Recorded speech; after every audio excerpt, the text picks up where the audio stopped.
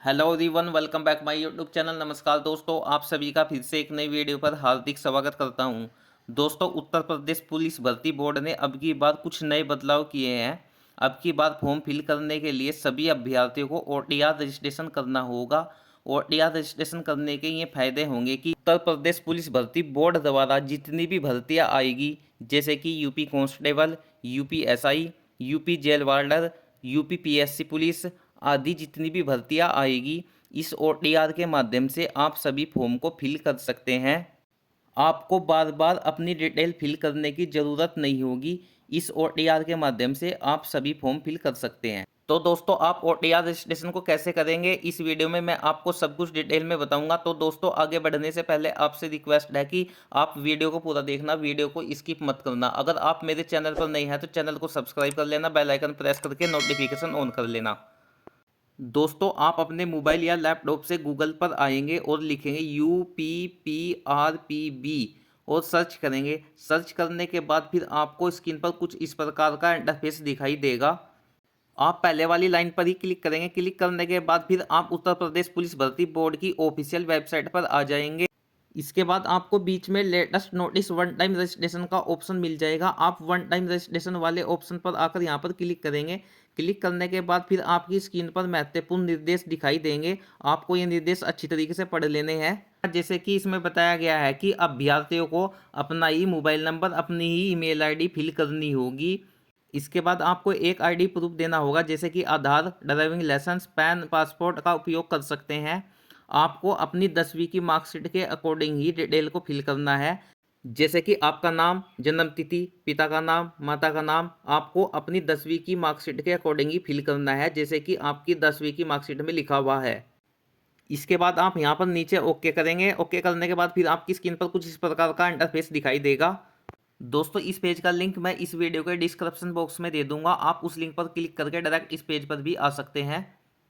दोस्तों, ध्यान दीजिएगा, और तैयार करने के लिए रजिस्ट्रेशन हेयर वाले ऑप्शन पर आप यहां पर क्लिक करेंगे। क्लिक करने के बाद फिर आपकी स्क्रीन पर कुछ इस प्रकार का इंटरफेस दिखाई देगा।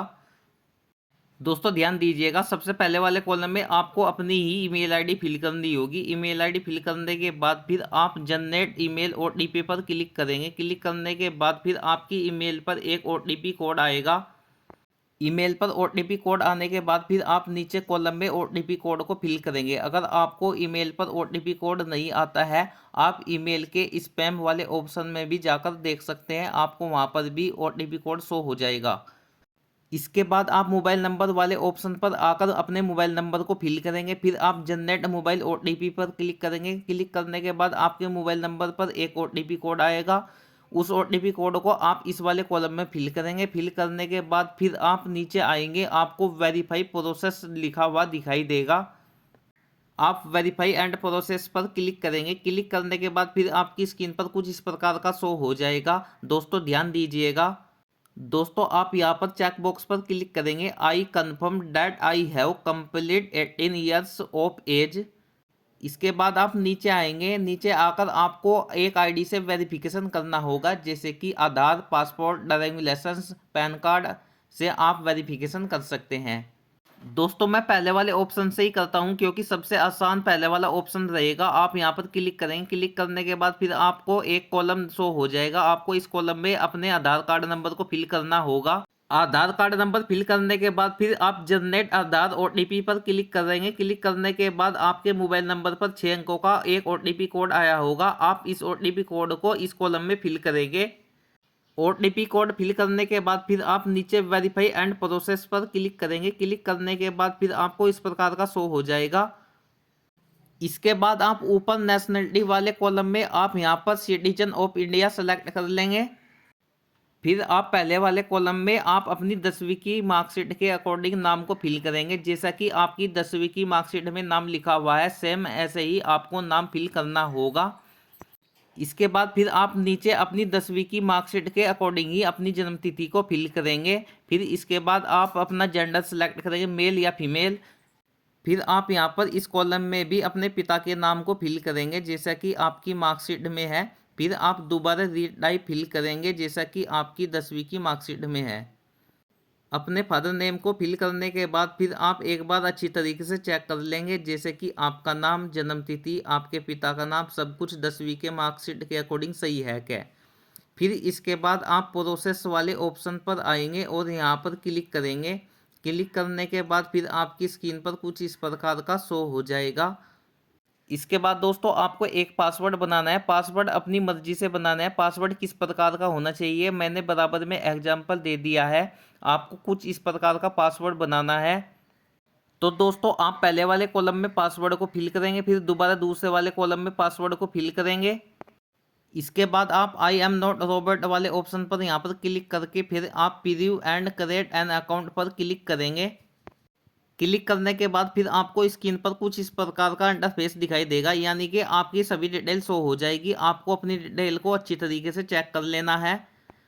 सभी डिटेल को चेक करने के बाद फिर आप नीचे वाले ऑप्शन पर यहाँ पर इस लाइन में चेक बॉक्स पर क्लिक करें। क्लिक करने के बाद फिर आप नीचे क्रिएट एन अकाउंट वाले ऑप्शन पर क्लिक करें। क्लिक करने के बाद फिर आपको कुछ इस प्रकार का शो हो जाएगा। इसके बाद आप प्रोसेस पर क्लिक करेंगे। क्लिक करने के बाद फिर आपका OTR रजिस्ट्रेशन सक्सेसफुल हो जाएगा। इसके बाद आप यहां पर ओके करेंगे। ओके करने के बाद फिर आपको लॉगिन करने के 3 ऑप्शन दिखाई देंगे।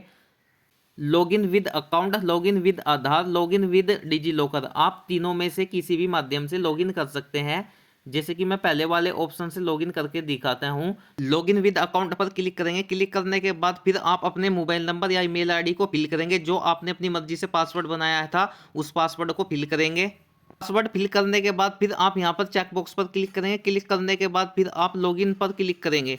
लॉगिन पर क्लिक करने के बाद फिर आपको अपने मोबाइल नंबर या ईमेल पर OTP कोड सेंड करना होगा। फिर आपको उस OTP कोड को इस कॉलम में फिल करना होगा। OTP फिल करने के बाद फिर आप लॉगिन पर क्लिक करेंगे। क्लिक करने के बाद आपकी प्रोफाइल ओपन हो जाएगी। इसके बाद आप यहाँ पर आने वाले सभी यूपी पुलिस के फॉर्म को फिल कर सकते हैं। दोस्तों इस प्रकार से आप उत्तर प्रदेश पुलिस भर्ती बोर्ड पर जाकर अपना OTR रजिस्ट्रेशन कर सकते हैं। अगर आपको OTR रजिस्ट्रेशन करने में किसी भी प्रकार की कोई प्रॉब्लम आ रही है या आपको किसी प्रकार की कोई जानकारी लेनी हो तो आप इस वीडियो के कमेंट सेक्शन में जाकर आप मुझसे पूछ सकते हैं। मैं आपकी पूरी हेल्प करूंगा। दोस्तों अगर आपको यह वीडियो अच्छी लगी हो तो वीडियो को लाइक करना, इस वीडियो को अपने दोस्तों के पास ज़्यादा से ज़्यादा शेयर करना, ताकि इस वीडियो को देखकर मैं भी अपना OTR रजिस्ट्रेशन कर सके। दोस्तों अगर आपने मेरे चैनल को अभी तक सब्सक्राइब नहीं किया तो चैनल को सब्सक्राइब कर लेना, बेल आइकन प्रेस करके नोटिफिकेशन ऑन कर लेना, ताकि आपको मेरे चैनल की अपडेट वीडियो की जानकारी आपको मिलती रहे। Thanks all of you.